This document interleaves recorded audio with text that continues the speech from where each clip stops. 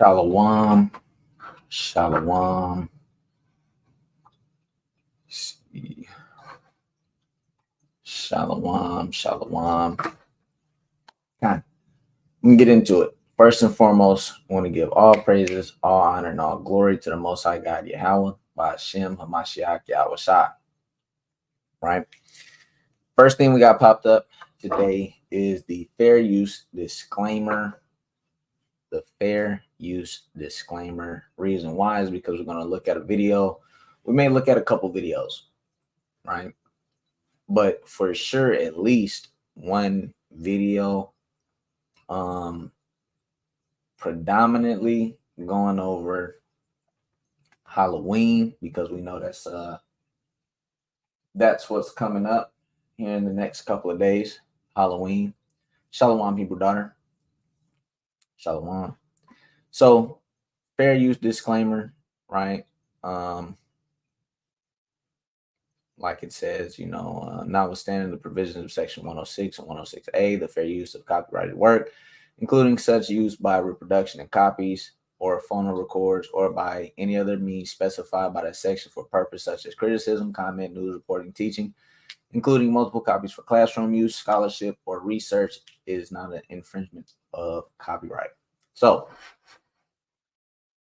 now that that's out the way, that. First thing I want to pull up is the Bible. All right, we're going to go to the Bible first. Boom. Jeremiah 10. I'm going to start at verse 1. Hear ye the word of the Lord, which speaketh unto you, O house of Israel. Thus saith the Lord, learn not the way of the heathen, and be not dismayed at the signs of heaven. For the heathen are dismayed at them. It says, for the customs of the people are vain. For one cutteth a tree out of the forest, the work of man's hands, of the workman with the axe. So we always use this scripture to talk about Christmas often, for the obvious reasons, where it's talking about the Christmas tree and that, they cut the tree out and so on and so forth. But this can be applied to all their holidays, right? Because what it says, learn not the way of the heathen, be not dismayed at the signs of heaven. We're kind of going to get into that today too. Be not dismayed at the signs of heaven, for the heathen are dismayed at them, for the customs of the people are vain. We're going to get into Halloween, the origins of Halloween, what happens on Halloween, why we shouldn't do it, so on and so forth, right? So I'm going to pull it up, right? I'm going to pull it up. The origins of Halloween come from this word, right? It's pronounced Samhain. Some say Samhain, and it is from the Celts or the Celtics or the Celtics, however you want to pronounce it, right?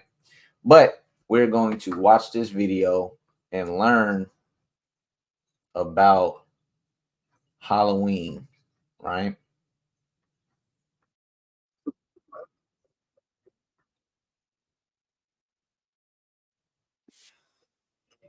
Can somebody let me know if y'all heard that or not? All right, I'm gonna play it. If you can't hear it, let me know.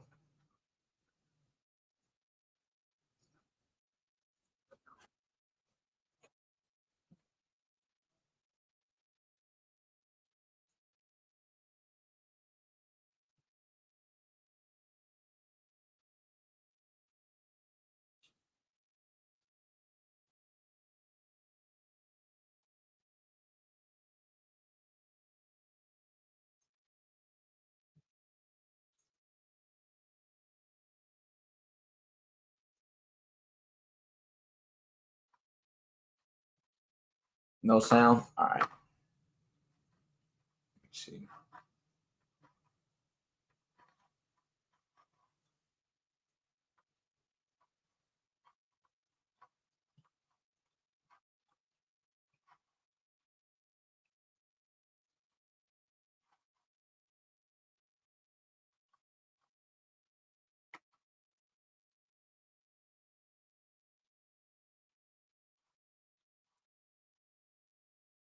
Bear with me.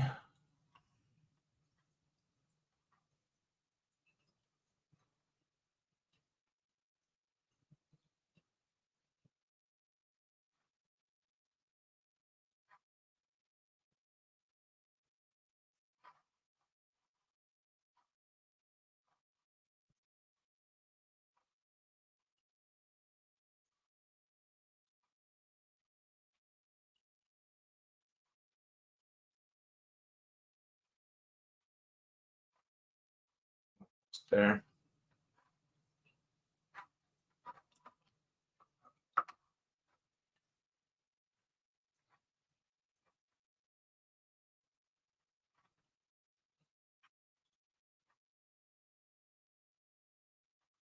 All right. Let's see if this works. Let's see if this works.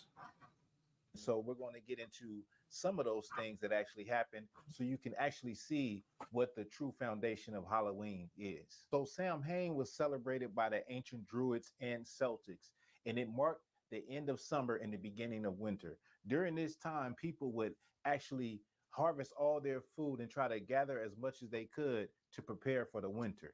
Winter is coming, is the term. So during this time, they would actually sacrifice the kings.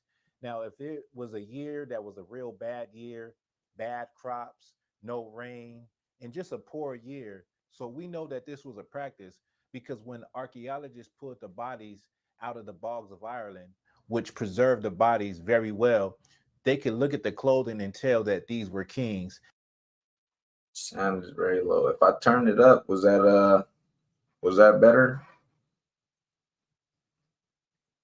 And this was a common practice, and this is in the history of ancient Ireland. So on Samhain, they would do ritualistic sacrifices of their own kings. Now, when it came to Samhain, fire was a big thing also. So people would set bonfires and do different rituals like hopping over the fire, running over the fire, laying down and letting the smoke go over your body, and also throwing people into the fire and sacrificing them. This festival was called Samhain or Samhain. Later on, Pope Boniface VI changed it to All Saints Day or All Hallows Eve. Eventually, it became. So you got a pope that comes by. He finds an interest in Samhain, right? Or Samhain. He finds an interest in Samhain, and he's a Christian.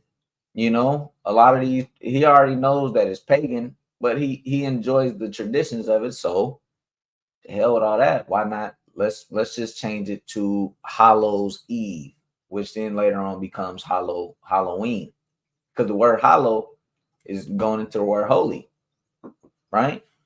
So they tried to take something that was off and make it holy, right?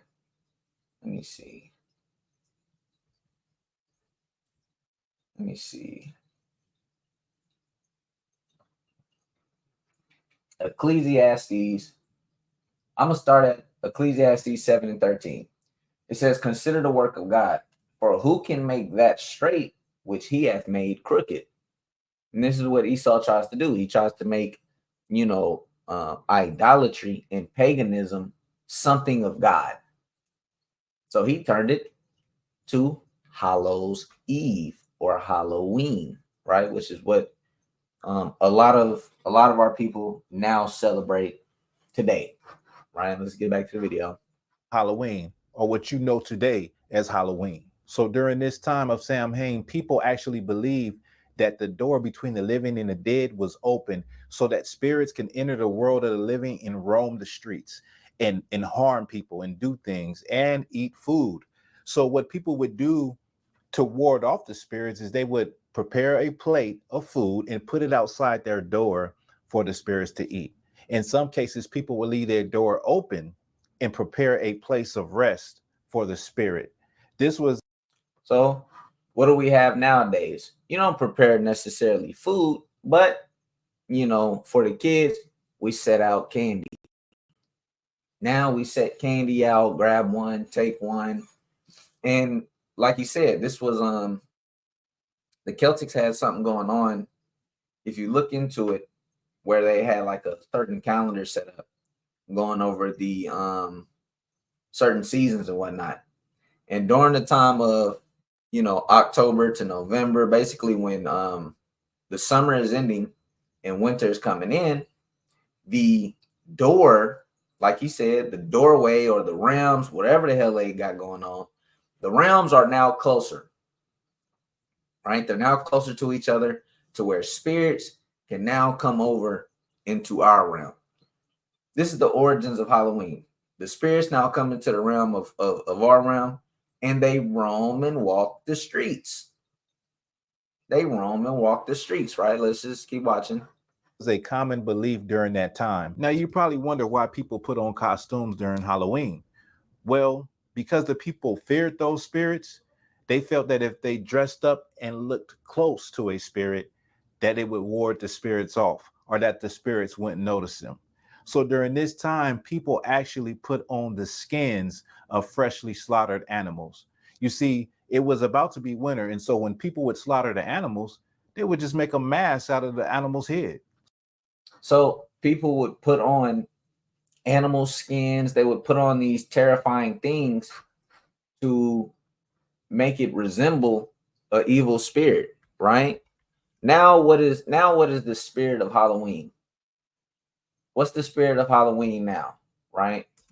You got horror movies, you got all these satanic rituals going on. You got horror movies, you got people dressing up as Freddy, people dressing up as Jason, you got clowns with blood all on them, you got people running around with chainsaws. These people are dressing up as damn spirits. That's what's going on. They're dressing up as evil and wicked spirits. You have some people who walk around with the Jezebel spirit.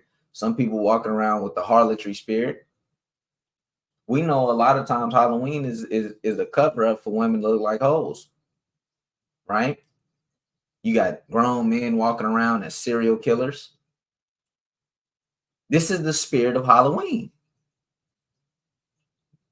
right? But yes, putting on animal skins is nasty as hell, right? It is very nasty. So people would fashion animal skins and skulls into costumes and wear them during Samhain, or what you know today as Halloween. So during this time, not only did the world of the living and the dead cross, genders also crossed too. During Samhain, people cross-dressed. You would have men that would dress up as women and go and knock on doors asking for food and hospitality. Look at that. Look at that. You had cross dressers. We know that is off. According to the scriptures, a man cannot put on a woman's dress. You cannot put on a woman's garment. Woman cannot put on a man's garment. Right?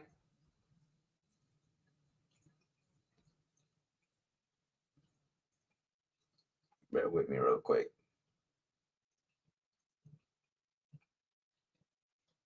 Right here. Deuteronomy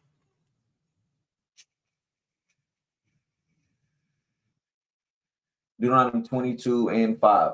The woman shall not wear that which pertaineth unto a man, neither shall a man put on a woman's garment, for all that do so are an abomination unto the Lord thy God. So you can only imagine what's gonna take place on Halloween this year, right? How everything is now okay. Imagine how many men are gonna come out dressing up as a woman. How many women are gonna come out dressing up as a man? And everybody telling them it's a baby girl, it's okay. If you want to be, Superman, you can be Superman. You can, if you want to dress up as a guy or a man or this, that, and the third, it's okay.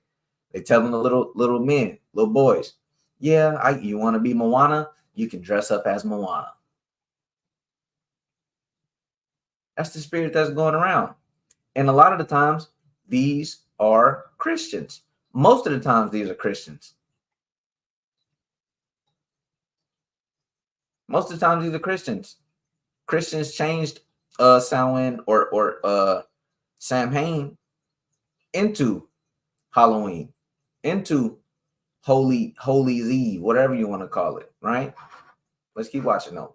Brutality. In some accounts, they would go into people's houses and clean up like a housewife would and hum and sing along as they did it. Last but not least, child sacrifice. Now, the old legends of Samhain talk about people giving 2/3 of everything they had, their corn, their milk, their crops, and including their children. They had a pagan deity named Crom Croc in who they would sacrifice their firstborn to. The founder of the Satanic Church. So we know for a fact, child sacrifices are, right? It speaks about that in Leviticus where it talks about don't offer your child to Molech. But this is what these people did on Halloween. This is how they celebrated it. You can't just be like, oh well, now it's Jesus Day. That's not what he told us to do. But let's grab some more on it. Yes, human sacrifice was associated with Samhain, a Celtic festival that marked the transition between the fall equinox and the winter solstice. Some ancient texts, such as work of Diodorus Siculus, mention human sacrifice at Samhain. There is also archaeological evidence of human sacrifice among Celtic peoples, though it is rare.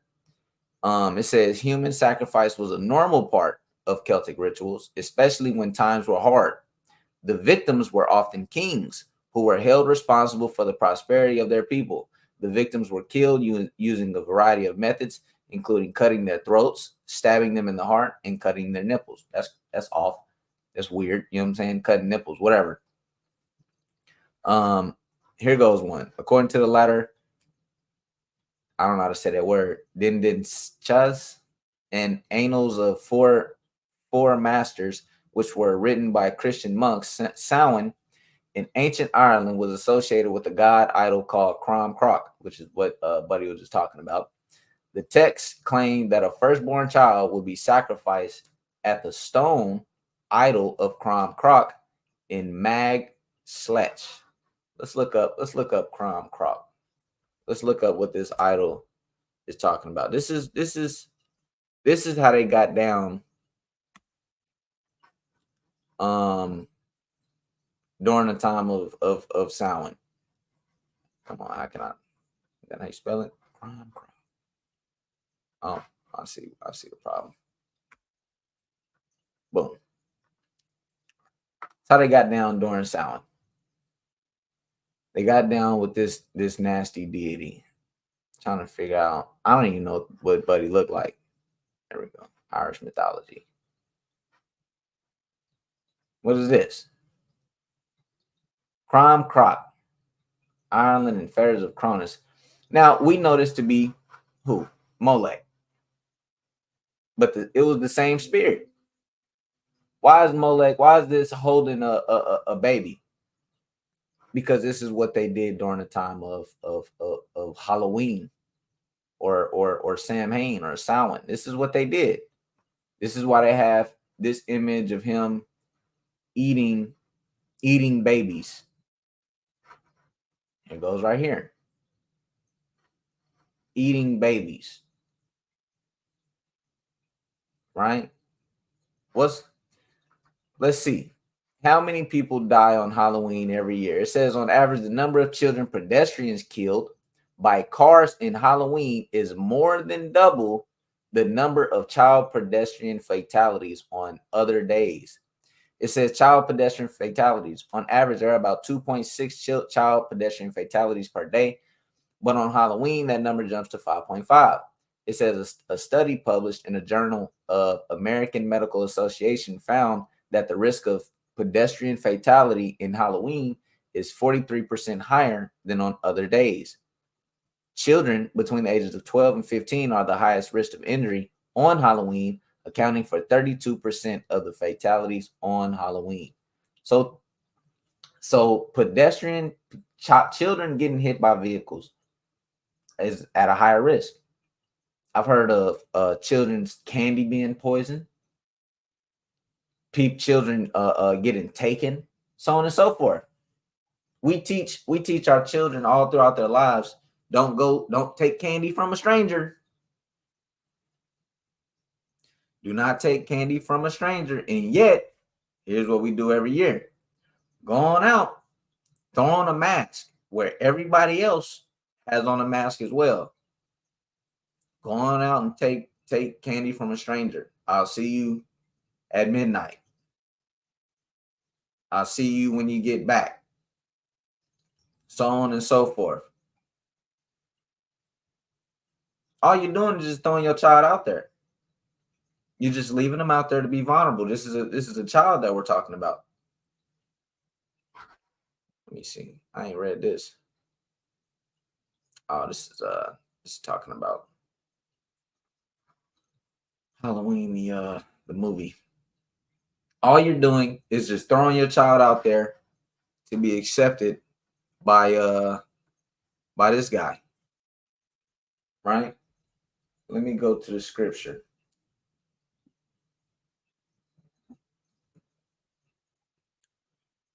Let me go to the scripture.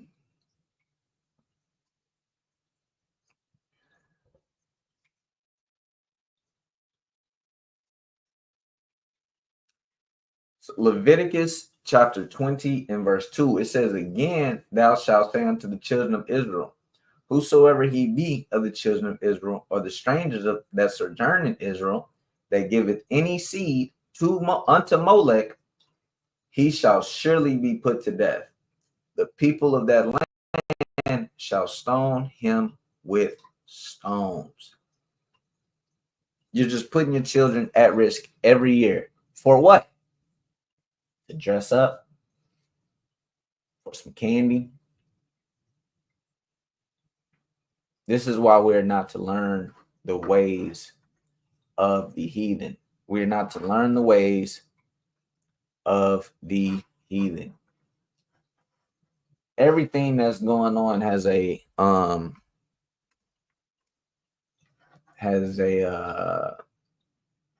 meaning behind it. There's something behind it, right? Let me see. I want to find this video because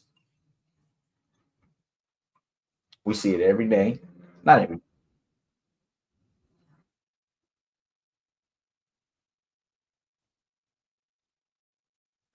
Well, we're going to watch this, right? We are going to watch this. Today we're going to learn about what's going on during the time of Halloween, right? We all seen this before. The origin of jack-o'-lantern, right? Remember, fair use, also known as stingy Jack.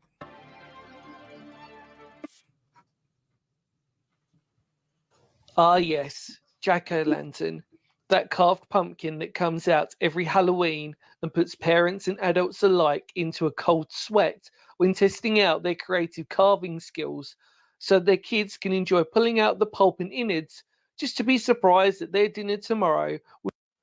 Also, I don't think this video is going to go over it, but there's multiple meanings behind this pumpkin.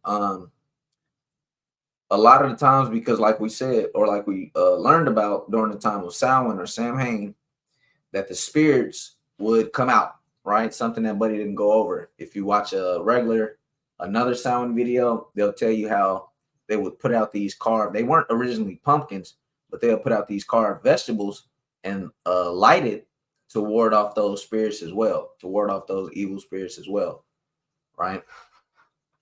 All this is madness, by the way. I'm gonna just be honest. It's madness. It's madness and it's vanity and it's idolatry and it's mythology, right? It's damn foolishness. But a lot of our people don't know. We don't know where the hell the origins of Halloween come from. We just think it's fun. Hey, let's just throw our kids. Shalom, let's just throw our kids out there to the wolves. Shalom. Throw them out there. Let them have fun. Let them eat up all the candy. Let's just dress them up. And you don't even know that you're dressing your kid up as an evil spirit. into eventually now the spirits are walking around is just, it's your children, right? But let's learn about jack-o'-lantern. Why is it called that? Would be pumpkin soup or something similar, and once used only to be left to rot on the side of streets and to be thrown away for another year. But how did the term jack-o'-lantern actually come about? Well, the first mention of jack-o'-lantern came about in English folklore, in which it was initially called a will-o'-the-wisp, which would be used to describe orbs of light, or what we now know to be swamp or bog gas, which would create some sort of strange bioluminescence. And in folklore, that was said to lure travellers away from their chosen destination. But the story that's associated with jack-o'-lantern that we all may or may not know is the legend of Stingy Jack, a tale originating in Ireland around the mid-18th century. This is coming from Ireland. This is coming from the Celts. This is coming from, the people who got down with Samhain, right? Stingy Jack invited the devil to have a drink with him, but true to his name, Stingy Jack didn't want to pay for his drink, so he convinced the devil to turn himself into a coin that Jack could use to buy their drinks. Once the devil did so, Jack decided to keep the money and put it in his pocket next to a silver cross, which prevented the devil from changing back into his original form. Jack eventually freed the devil under the condition that he would not bother Jack for 1 year. So like I said, this is madness. This is madness. Stingy Jack, this is the folklore that these guys are running with. I'm just trying to show you where the origins of what, of what you're celebrating, how you're celebrating it, right? So the origin of Stingy Jack, he invited the devil to have a drink with him, right? But he didn't want to pay for it. So he convinced the devil to turn into a coin so he can pay for the drink. The devil turned himself into a coin. None of this is in the scriptures, by the way. I'm gonna say that.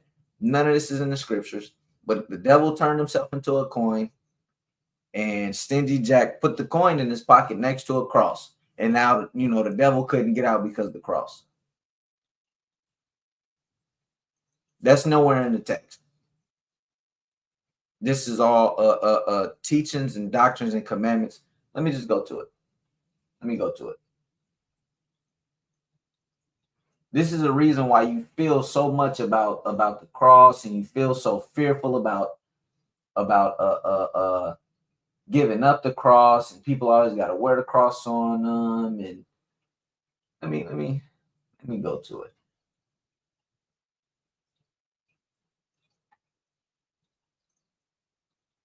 Let me go to it.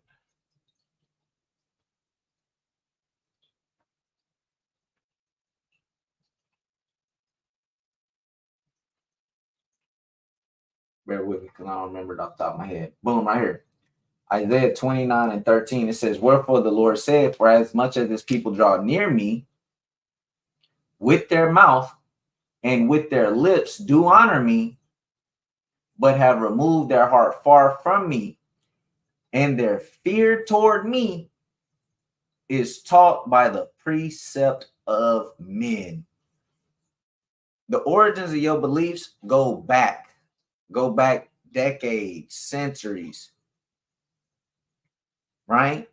You don't know anything about this, but they've been teaching our people this for so long. We, as Christians, we honored the Most High. We love God, but our heart is far from Him. The fear of the Most High is taught by the commandments of men, the precepts of men.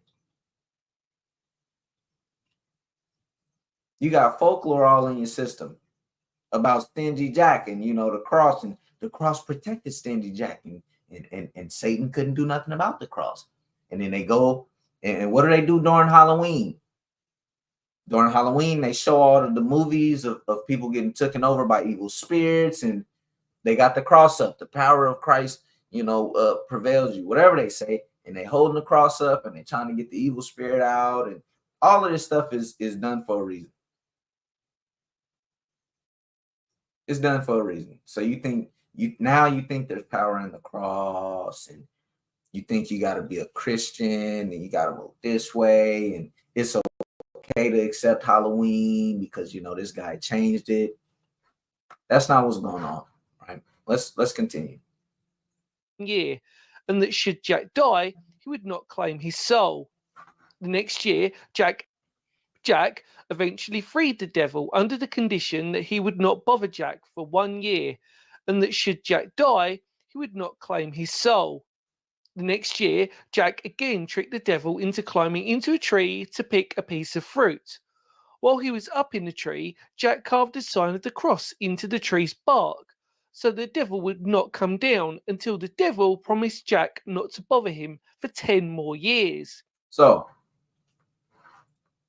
when I look in the book of Acts and I look at Christ and I look at all the apostles, I don't see them warding off evil spirits by carving a cross.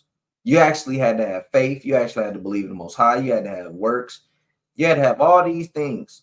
I remember it's a precept in Acts where it says, you know, some men went to go out and cast out Satan, cast out these wicked spirits. It's like it. But the evil spirit said, Paul, I know, in Christ I know, but you I don't know. He ended up driving the man away. But people like to believe folklore. People like to believe these things.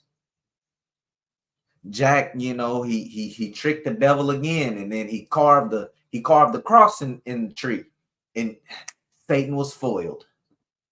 You man. Where's this at in the scriptures? Where's this at? Satan was foiled, and now Satan promised him, I won't bother you another 10 years, man. Let me out. You got, damn it, you got this cross on me, man. Not gonna lie. Folly. You're good. Hey, it's damn madness, bro. But this is what people believe. But remember, this is the story of Stingy Jack, and we're trying to learn about these pumpkins. So I don't know. Let's see what happens. Soon after, Jack died, and as the legend goes, God would not allow such an unsavory figure into heaven. So Jack couldn't go to heaven. Why can't Jack go to heaven? He was using the cross. He was defeating Satan at every step. No, the cross, the power of Christ. Why couldn't he go into heaven? Because Jack, according to the folklore, Jack was a mischievous man, so on and so forth, right? But let's keep watching. The devil, upset by the trick Jack had played on him and keeping his word not to legend goes, God would not allow such an unsavory figure into heaven. The devil, upset by the trick Jack had played on him and keeping his word not to claim his soul, would not allow Jack into hell. He sent Jack off into the dark night with only a... So Jack, that don't even make sense in Christianity. Jack wasn't accepted into heaven, and Jack wasn't accepted into hell. So now what happens to Jack? Let's see. Would not allow Jack into hell. He sent Jack off into the dark night with only a burning coal to light his way. Jack put the coal into a carved out turnip and has been roaming the earth ever since. The Irish began to refer to this ghostly figure as Jack of the Lantern, and then simply Jack-o'-lantern. Throughout the years, however, there's always been, like with most folk tales, variations of this and different stories. But either way, Jack seems to let the devil go only after the devil agrees not to take his soul. From the 19th century in Ireland and Scotland, people began to make their own versions of Jack's lantern by carving faces into turnips or potatoes and placing them into windows or near doors to frighten away Stingy Jack and other wandering evil spirits. In England, large beets are used. Immigrants from these countries brought the jack-o'-lantern tradition with them when they came to the United States. They soon found that pumpkins, a fruit native to America, make for perfect jack-o'-lanterns. And there ends the story of how the name jack-o'-lantern originated. Why we don't know about that? We should all know about the story of jack-o'-lantern. We just like, damn, it's just a jack-o'-lantern, right? In the beginning, it was started with turnips and potatoes, and they would use it to ward off evil spirits. But eventually, and they would use it to ward off Stingy Jack too. Then eventually came across to America, and you know, the pumpkins is big here. We can just throw it in the pumpkins. So you see how many things, you see how many legends and myths and folklore are tied up into Halloween, into Samhain, and there's more. You got what America's adding, right? You got America adding um um all these even more wicked spirits unto it. And we wonder why, America has a bunch of psychopaths and serial killers and people throwing on damn animal skins as masks. And I mean, that's what America is inviting. That's what Halloween is inviting. Halloween is inviting you to be a freak. It's the one day out of the year you can just be a damn freak, and you accept it. You can be as weird as hell as you want to be. The women, they can be hoes. Men can dress up as damn girls. Children can dress up as damn monsters. And you just send your kid out to get candy from a stranger. Some shit you told them they shouldn't do. Finally. Salakia. Go ahead, King. Man, Halloween is all messed up and jacked up. I mean, even from a carnal perspective, like you going into Aharon, they just running around the street, bugged out, a pillowcase full of sugar, getting it from multiple strangers, and going home and teeing up for the rest of the week off candy. Just from a carnal perspective, like you probably shouldn't do that. You don't want to get a bag full of candy and just smack that for the rest of the week. That's usually how it goes.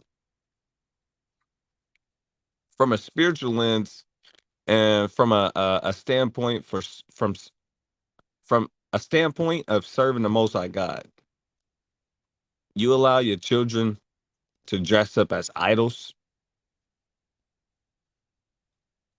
witches,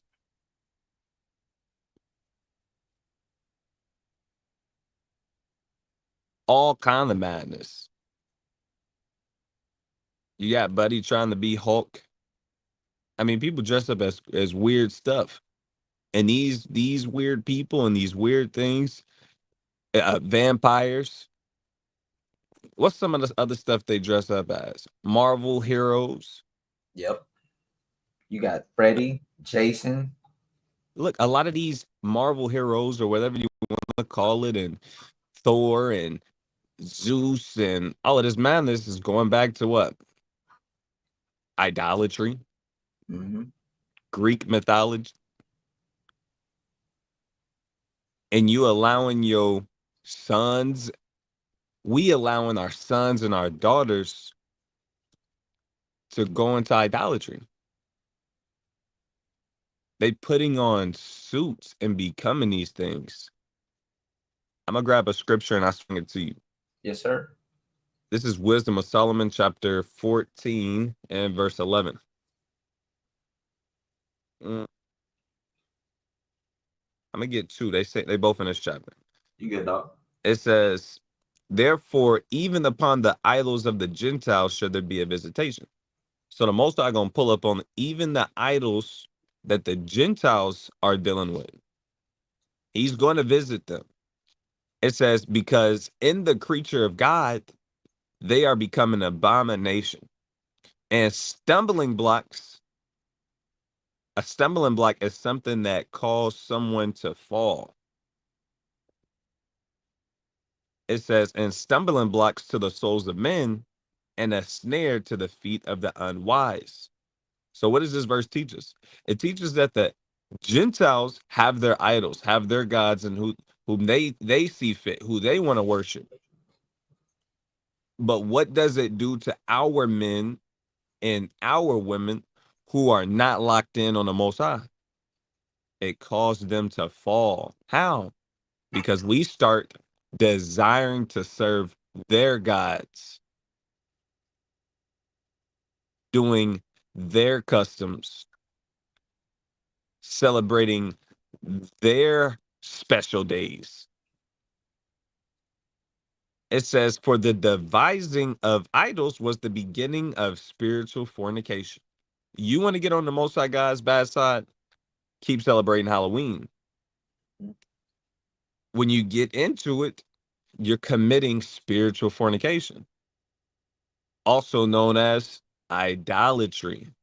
Yep. And the making of all of these different gods and idols, that was the very beginning of spiritual fornication and idolatry. It says, and the invention of them, the corruption of life. This is how the world began to get corrupted. By the creation of all of these different gods. Because guess what? Now you don't want to serve the one true living God. You would rather serve another God. I'm going to jump down to verse 27 and then it's back on you. It says, for the worshiping of idols not to be named is the beginning, the cause, and the end of all evil. So you celebrating other gods, that was the beginning of all evil. That's going to be the cause of all the evil to come. And that's what's going to have this place be destroyed. That's going to be the end of all evil also. So idolatry is not no simple, it's not no small matter. It's a big thing. You read the Ten Commandments and you're going to see what's talked about first. And it's idolatry. You have to stay away from idolatry. You got to stay away from, and especially our children. You got these churches throwing Halloween parties. You got the schools throwing Halloween parties. Yep. Children dressing up while they're at school. The church is supposed to be a good place, a clean place, a holy place, a set apart place. No, you go into these churches, they decorating for Halloween. Do they decorate for Passover? Hell no. They don't decorate for no Passover.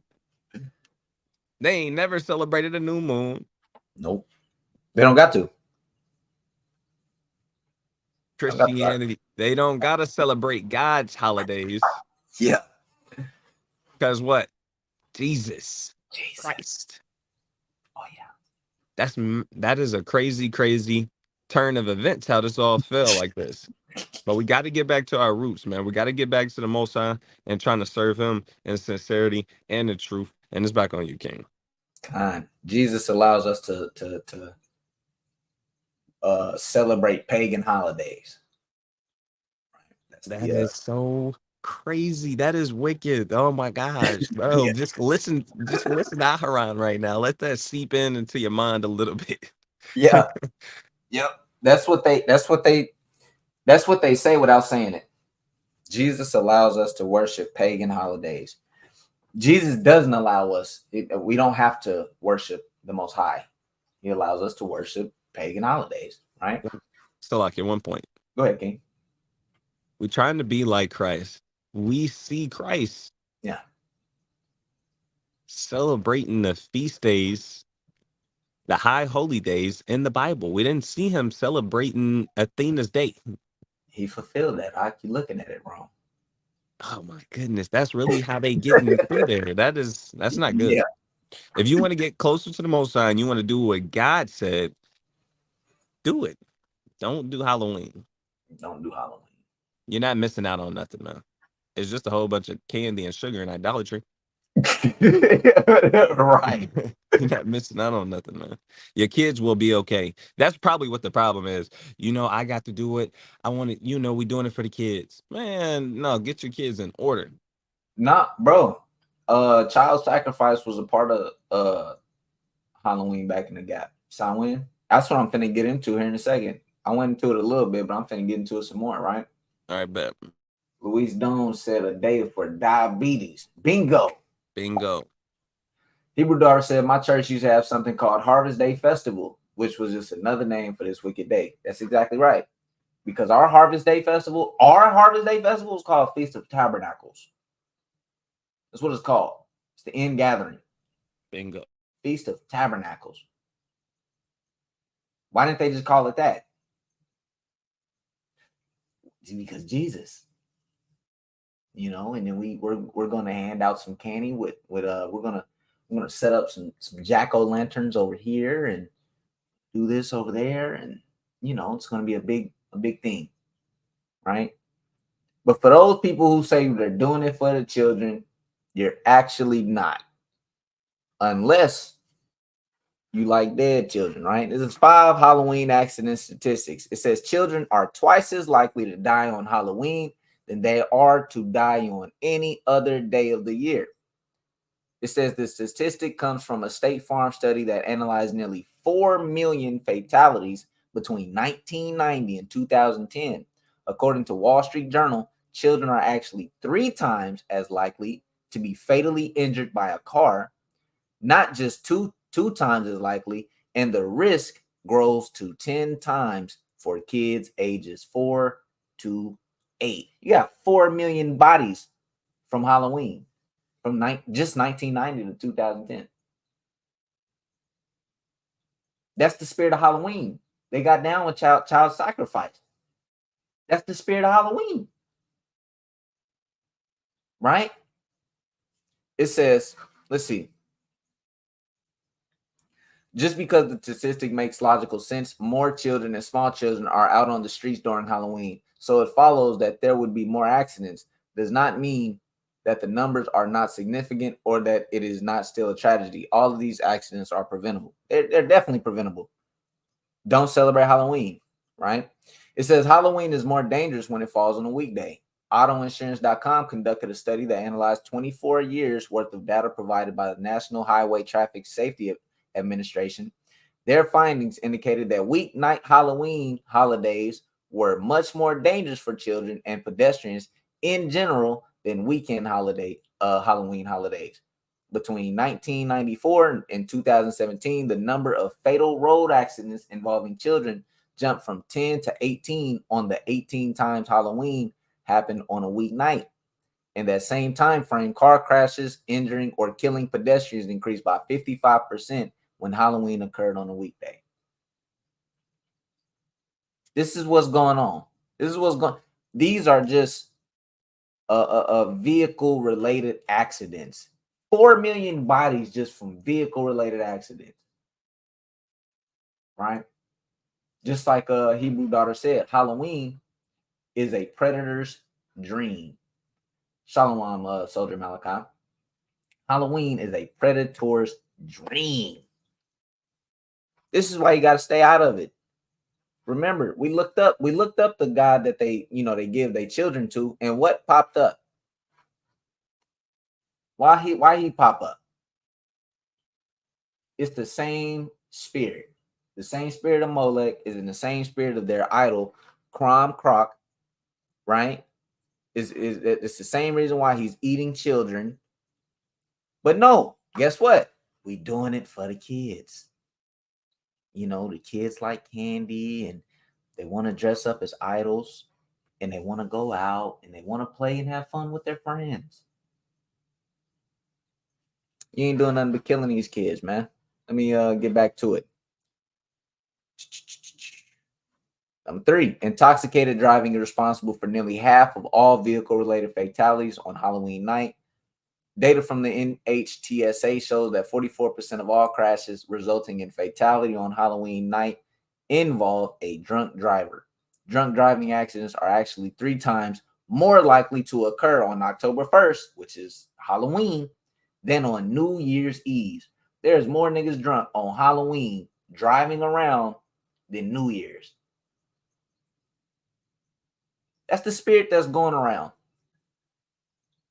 That's the spirit that's going around, right? This one is talking about most children pedestrian fatalities on Halloween happen between 6 and 7. But this one, the biggest spike in ER visits for anaphylactic peanut and tree nut allergies in Halloween. Kids are more likely to suffer from deadly allergic reactions on October 31st than any other holiday, right? The Canadian Medical Association Journal reviewed data to discover that peanut-triggered anaphylaxis jumped 85% on Halloween, while allergies triggered by unknown nuts jump 60%. These reactions are serious and potentially fatal in the United States. Anaphylactic food reactions result in 30,000 ER visits and 150 deaths every single year. You're just bodying these kids. That's look, boom, boom. That's what you're doing. You're just bodying these children. You serve crumb crock every Halloween. You don't even know it. It's what you're doing. And you wonder why the scripts say this. Thus saith the Lord, learn not the way of the heathen, and be not dismayed at the signs of heaven, for the heathen are dismayed at them, for the customs of the people are vain. You serve crumb crock. Next time I see a nigga, I might ask some people this Halloween, who do you serve? And if they say God, I'm gonna say, are you celebrating Halloween? And if they say yeah, I'm like, no, you serve crumb crock. This is the guy. This the dude. What does that say? In Irish mythology, Crom Croc was a pre-Christian pagan god and the main deity of the Irish people before St. Patrick. This is who he is. Right? Look at that. Look at that. Crom Croc's name has multiple forms of interpretation. Crom meaning bent, crooked, stooped. So this nigga is bent or crooked. Remember we read the scripture earlier. That what the Lord hath made crooked, who can make it straight? Samhain was crooked. Crom Croc is crooked. What did that Catholic Pope do? He tried to make it straight, calling it Hallows Eve. Holy Eve. That's what hallow means. They tried to turn a pagan ass, ritualistic ass tradition into something holy. This nigga name means crooked, bloody glory, right? While croc can be an adjective meaning bloody glory. That's what he is. Crooked, dark one. Crom Croc was worshipped by sacrificing the firstborn of every family and livestock on Samhain. Christian writers say that this worship was ended by St. Patrick. No, it wasn't. It wasn't ended. We're reading it right here. Over 4 million bodies from 1990 to 2010. No. Y'all still sacrificing to this guy. Y'all still sacrificing to this guy. Every time you get your children a bag, and you know it's nighttime, it's dark outside, it's darkness. They don't celebrate it during the day. It's darkness outside. And they say, well, it's Halloween. You know, I want you to have fun. Go get some candy. Yeah. Go ahead, King. I don't know if this point was already brought out, but this is something the captains speak about, right? In the book of Exodus chapter 20, right, when God gave us the 10 commandments, the first or one of the first is, thou shalt have no other gods before me, right? And it also says, thou shalt not bow down, right, to another god. Now, if you go into bow down in the blue letter, it tells you what it means to bow down. Or if you even look up the definition on Google, you can find where it says, if you bowing down, it simply goes into agreeing to the demands of something, right? Agreeing to the demands of something. So like the officer bringing out, if you are fulfilling the instructions that come with Halloween, you are bowing down to the god of Halloween. What is this? Crom Croc? You agreeing to this guy. You doing what he told you to do. The Most High didn't tell you to. The Most High didn't give you these instructions. Crom Croc gave you these instructions, and now you're bowing down to Crom Croc by going and getting a costume and celebrating the night of the living dead, and you bowing down to these things, right? That's idolatry. That's a fact. That's a beautiful point.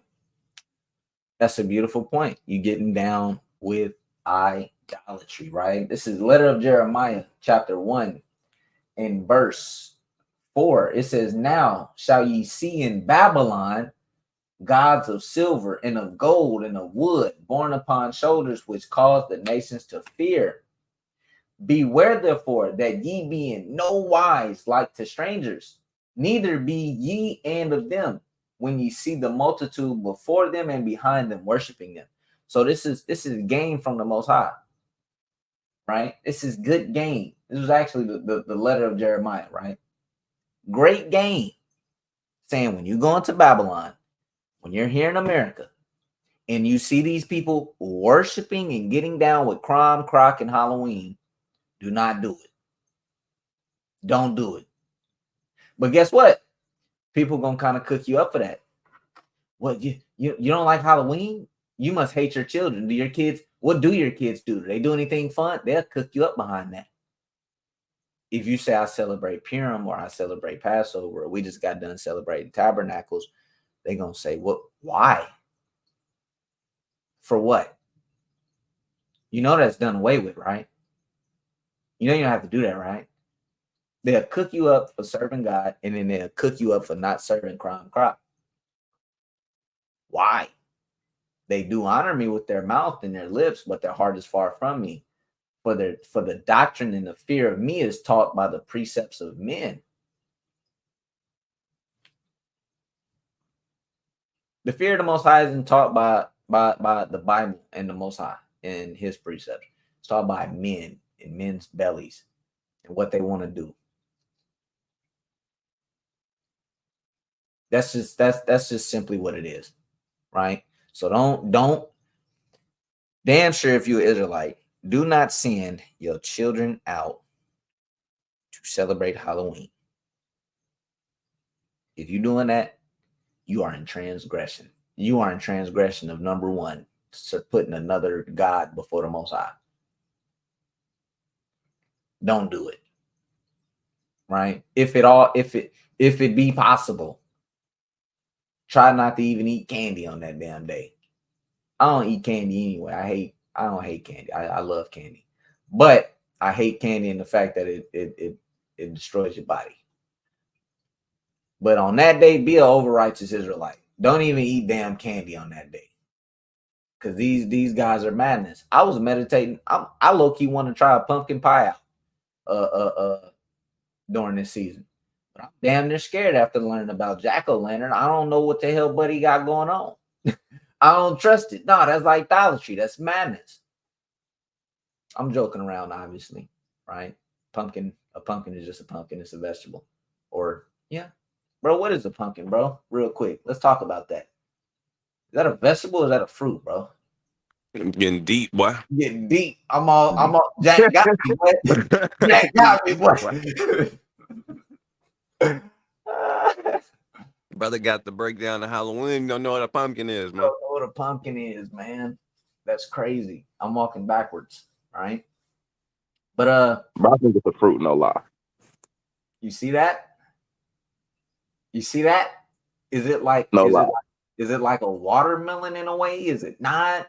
See, because all the You see what I'm seeds, saying? that's why you doing that way, huh? What is it, Bro, it grows just like a watermelon or On a bird? yeah. I believe it, do. Look, I'm gonna hold my peace, man. I don't know. You know what I'm saying?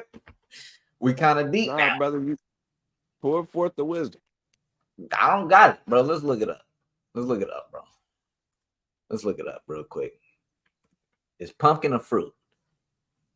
This seemed like something Hebrew daughter would know. Right? Bro, it's a She fruit. So. It's a fruit, bro. Bingo. Didn't know that. 14 of them. Give me 14 of them. Wow. All praises, man. That's dope. That's dope, right? But if you got family members around that celebrate Halloween, I damn near wouldn't even buy a pumpkin. I ain't gonna hold you. Niggas gonna think they thinking you finna get ready to carve it out, or you probably finna whip up a nice dish, but they thinking they got Jack in their mind. They got the jack-o'-lantern in their brain. Oh, what are you carving it for? I remember me and my mom used to carve pumpkins. We didn't know what the hell for. We just thought it was fun. Pumpkin got a spirit on it, man. Pumpkin got a damn spirit on it. We warding off Jack the whole damn time. That's madness. And that's idolatry. That's idolatry, right? Hebrew daughter said it is a fruit. However, pumpkin in the can is squash. Okay. That's above my strength, right? I'm gonna stick to the scriptures. This is all I got right now. All right, that's above my strength. But oh yeah, I was getting to the disclaimers and stuff. Man, if you got family members around, if your child is used to celebrating Halloween and you came into the truth, you tell them no. Be the parent, be the adult. No Halloween. Give a damn how you feel. You can cry about it later. I don't care how many of your friends are doing it. No. Right? If your wife wants to celebrate Halloween, no. If your husband wants to celebrate Halloween, you got to be submissive, but you don't. Right? Nah, nigga, I'm not celebrating Halloween. And then go through the lesson. It's crime croc, dude. Not getting down with him. You know what I mean? So stay away from it. Don't do it. Lord willing, what's the next nasty ass holiday they got coming up? And real quick, Thanksgiving. Probably Thanksgiving. You're right. And real quick, even that word holiday, that goes back to what? Holy day. Halloween is a holy day. Thanksgiving is a holy day. We're gonna touch on it. We're gonna touch on Thanksgiving. Lord willing, me and Mahar did a lesson one year going over damn Janus, I believe, with New Year's. Or when we touch on damn New Year's, man. All of these things got ritualistic behaviors behind it and nasty ass idols behind it that you are not supposed to be a part of, right? So Akim, y'all got anything else y'all want to add? If so, feel free. I'm chilling. Man. It's a good lesson. Kind. So kind, all praises. Stay away from it. It is damnable. You will be put to death. If you do it. Repent from these nasty ass holidays. Keep the Most High God's commandments. Shalom, Sister Walina. Keep the Most High God's commandments. Keep his holidays. Keep his holy days.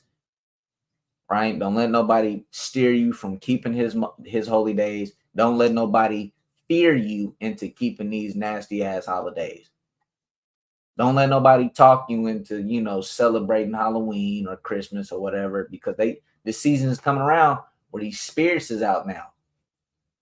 These nasty Halloween and holiday spirits is out, and you go into Walmart and it's everywhere. Right? Stay on guard. Put your armor on, armor up, and be ready to defend yourself and your household at all costs. Right? So with that, I want to give all praises, all honor, and all glory to the Most High God Yahweh, by Hashem HaMashiach Yahushua. And I want to say Shalom. Shalom. Shalom.